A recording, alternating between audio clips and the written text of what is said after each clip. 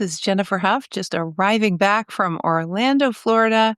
And today we are talking about something that I've been seeing a lot of, given everything that's happening in the world right now. And that is kind of the old stuff, the old repeated patterns. There's so much polarity and stress in the world right now. What I'm noticing is stuff that's in the deepest, darkest corners of people's psyche is coming up. And I even noticed it in my own nervous system. And I thought, this is a thing, especially to talk about right now. The way it's showing up, and see if this is true for you. The way it's been showing up that I've noticed is it's showing up as a little bit of edginess. I'm noticing it in traffic and the way people are driving. I've noticed in sometimes the shortness of people's responses. Conversely, let's just be clear, I also see some people being even more kind than they've ever been. What have you noticed? What have you noticed in yourself? What have you noticed in other people in these times of great change where all of the cards are in the air? Welcome to the Thriving Life Podcast. I'm Jennifer Huff. I'm on a mission to empower you with the knowledge, experiences, and tools to turn your dreams into reality. If you're ready for permanent shifts in your ability to stay unstuck, make glass ceilings your new floors, and want practical tools rooted in applied physics and neuroplasticity to live a life of fulfillment, this podcast is for you. Let's get thriving forward. I don't watch the news anymore because I just want to make sure that my nervous system feels big enough to be able to dance with life without being taken out by what I'm witnessing and what I'm seeing or any fears that I have. Now is a time for transcending. If there ever was a time to transcend the baggage that you have, now is the time.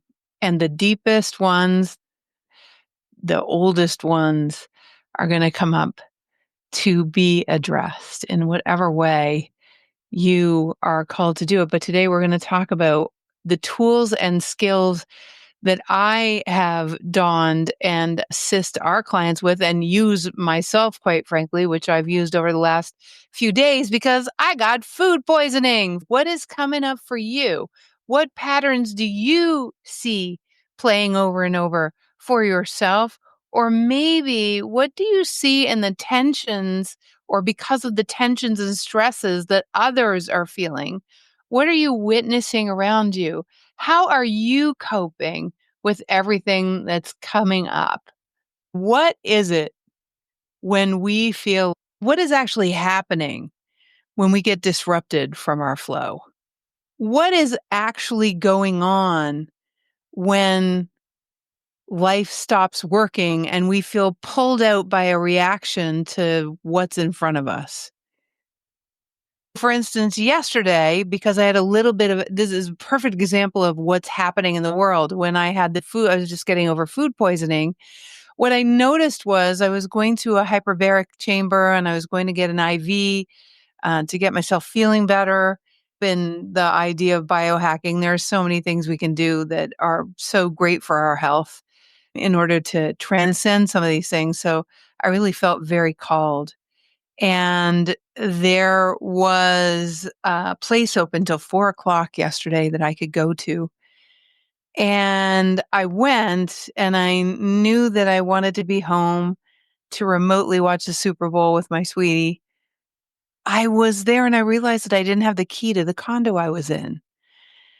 And I remember getting out of the Uber and thinking to myself, because my body was still a little bit on edge from having a physical thing go wrong with it. So I want you to know there are certainly psycho-spiritual things that can go wrong, emotional things that are sort of in the background bothering us, like sometimes the weight of the world and looking at what's happening in politics and how divided families are.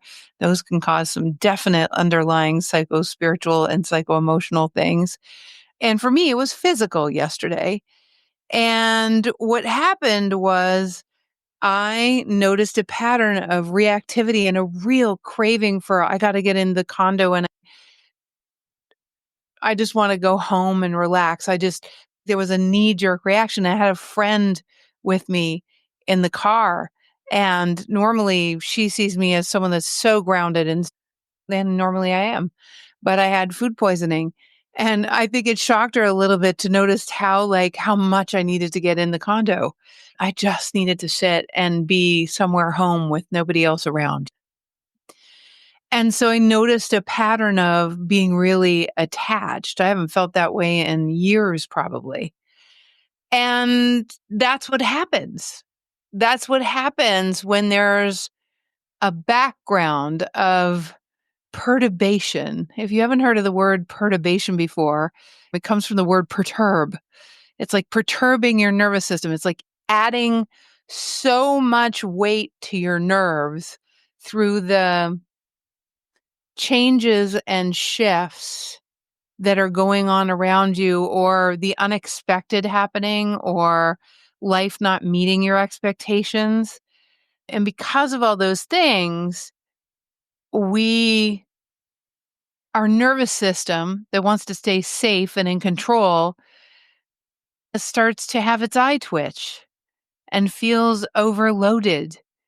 And when our nervous system feels overloaded, if you haven't done a lot of work on your spiritual well being, your emotional well being, on the patterns that have been running you, you're going to have a knee jerk reaction to life, a knee jerk reaction to these things that feel out of your control or unsafe.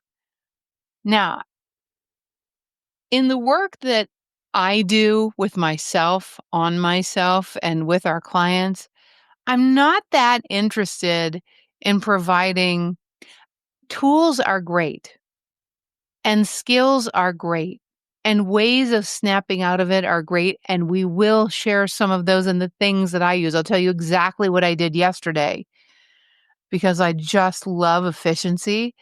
Is how do I change the entire paradigm with which I plug into life?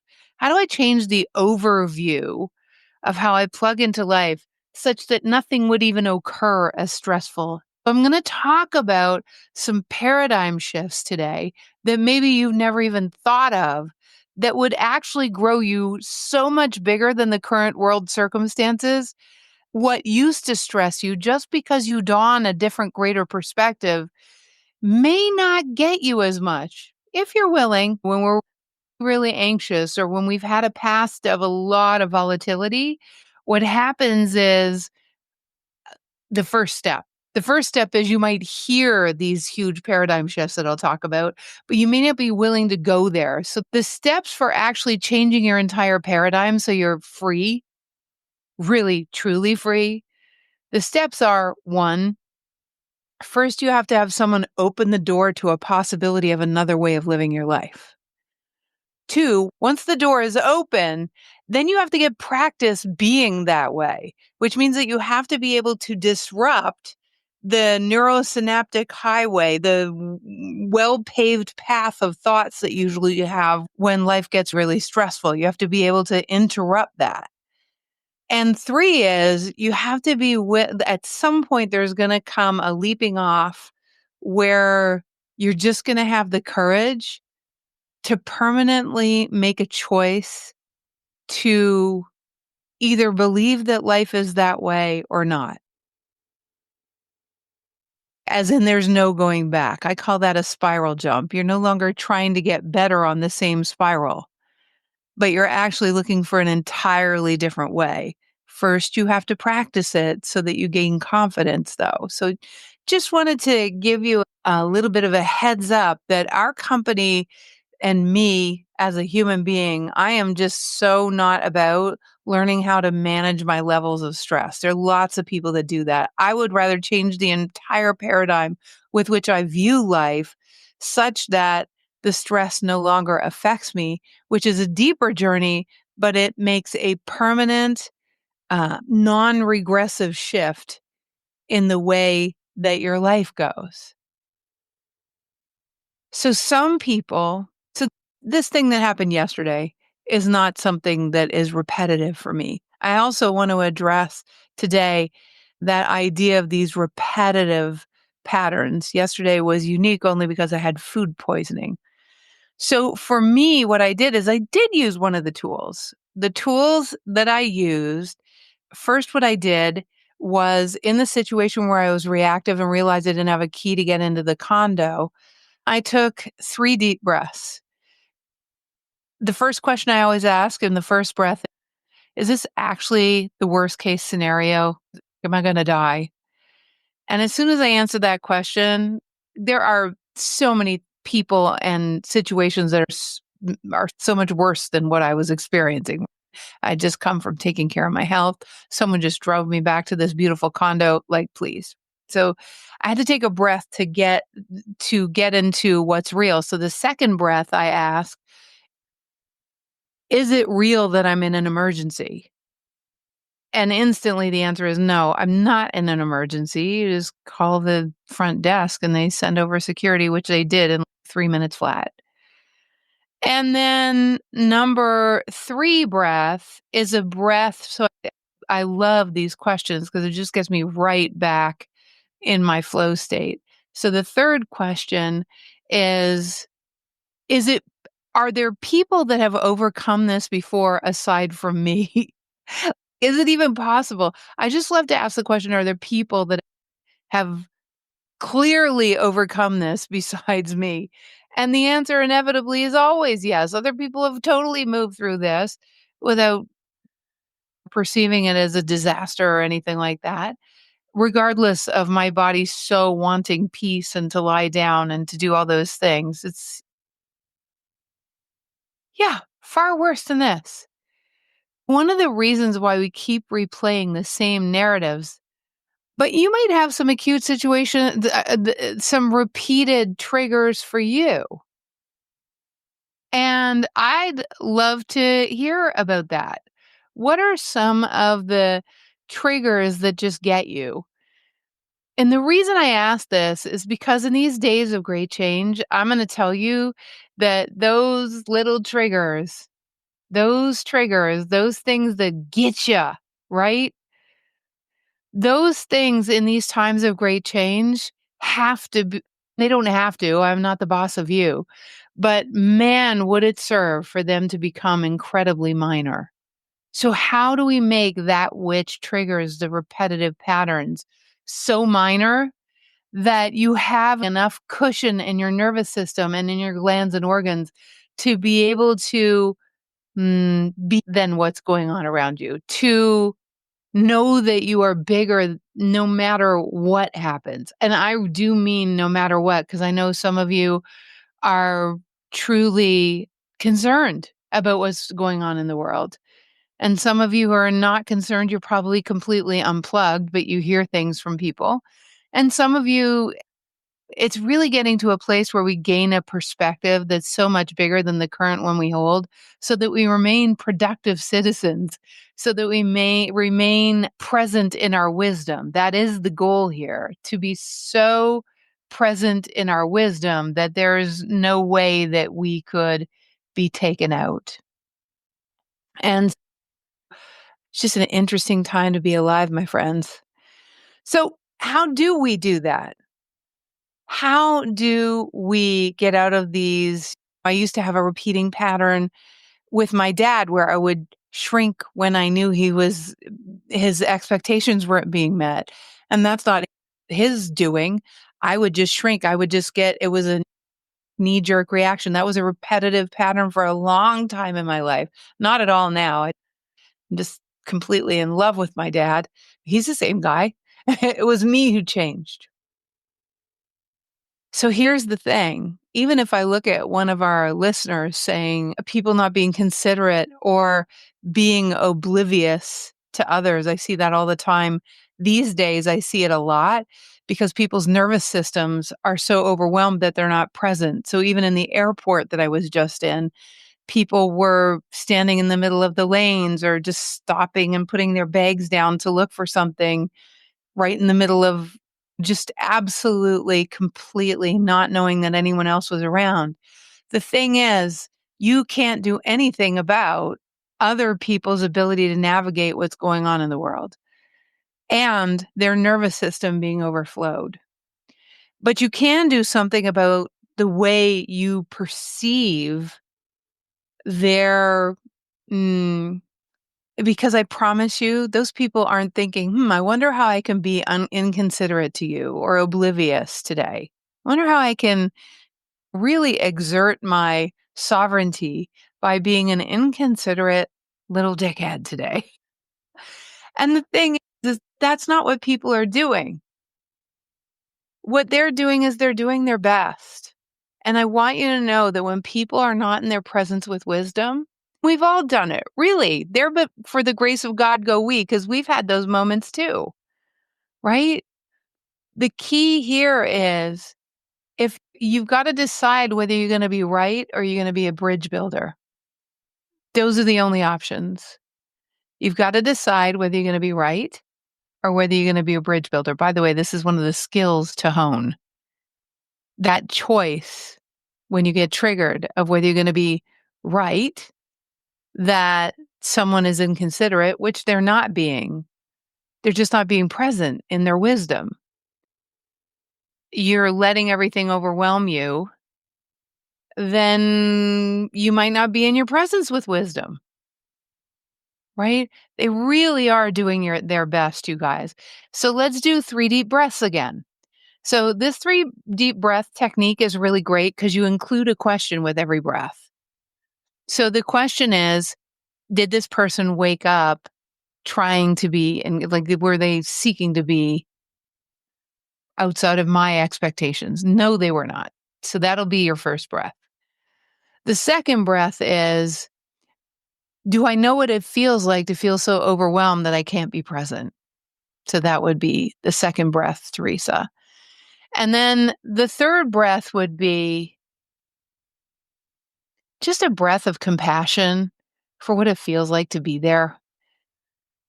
Because if you can have compassion for that person, it's like Ho'oponopono, which is a Hawaiian mystic technique to actually join your heart with another and understand that which you're witnessing is also within you.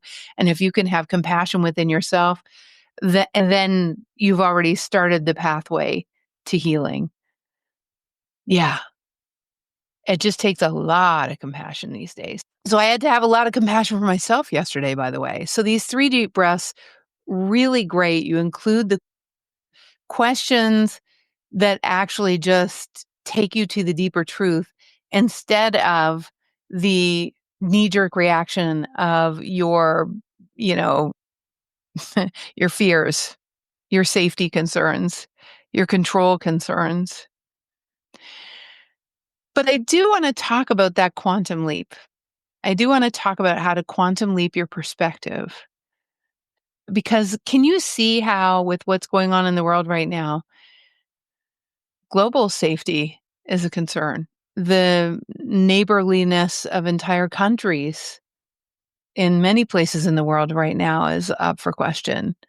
Gosh, uh, we can see that there is a huge divide in the economic status of different people.